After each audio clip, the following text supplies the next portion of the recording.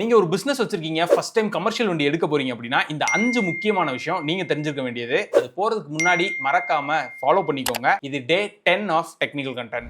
5வது விஷயம், நம்ம என்ன வண்டி எடுக்க போறோம், என்ன அப்ளிகேஷன் காண்டி எடுக்க போறோம், சிட்டிக்குள்ள ஓட்டுறோமா இல்ல லாங் டிரைவ் போதா, பாடி கட்டி வருமா இல்ல வெளியே தான் கட்ட போகணுமா அப்படின்ற எல்லா விஷயத்தையுமே தெரிஞ்சுக்கிட்டு இந்த வண்டியை எடுங்க. அண்ட் 4வது விஷயம், எக்ஸாம்பிளுக்கு ஒரு 3.5 டன் வண்டி எடுக்கிறீங்க அப்படின்னா அது 2 லிட்டர் இன்ஜினா 4 லிட்டர் இன்ஜினான்னு பார்த்து எடுங்க. எத்தனை சிலிண்டர்ஸ் வருதுன்னு பாருங்க, ஹார்ஸ் பவர் டார்க் எவ்வளவு இருக்குன்னு கேளுங்க. 3வது விஷயம், வாரண்டி.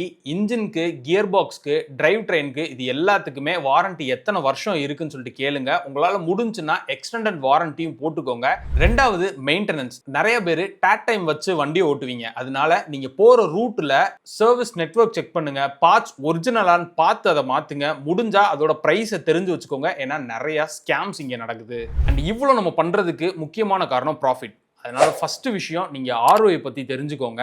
எவ்வளவு நம்ம இன்வெஸ்ட் பண்றோம், எவ்வளவு நமக்கு ரிட்டர்ன்ஸ் கிடைக்குது, எத்தனை வருஷத்துல நம்ம அதை எடுக்கலாம், ரீசேல் வேல்யூ உண்டா, road tax, insurance, EMI, service, இது எல்லாமே போக ஒரு மாசத்துக்கு நம்மளுக்கு எவ்வளவு எடுக்கலாம் அப்படின்றத கால்குலேட் பண்ணி வண்டி எடுங்க. இல்ல நான் டீசலை தவிர வேற ஃபியூல் போறேன் அப்படின்னா அதுக்கான ஃபீசிபிலிட்டிஸ் பாருங்க, ரன்னிங் காஸ்ட் எவ்வளவு ஆகுதுன்றத பார்த்து வண்டி எடுங்க.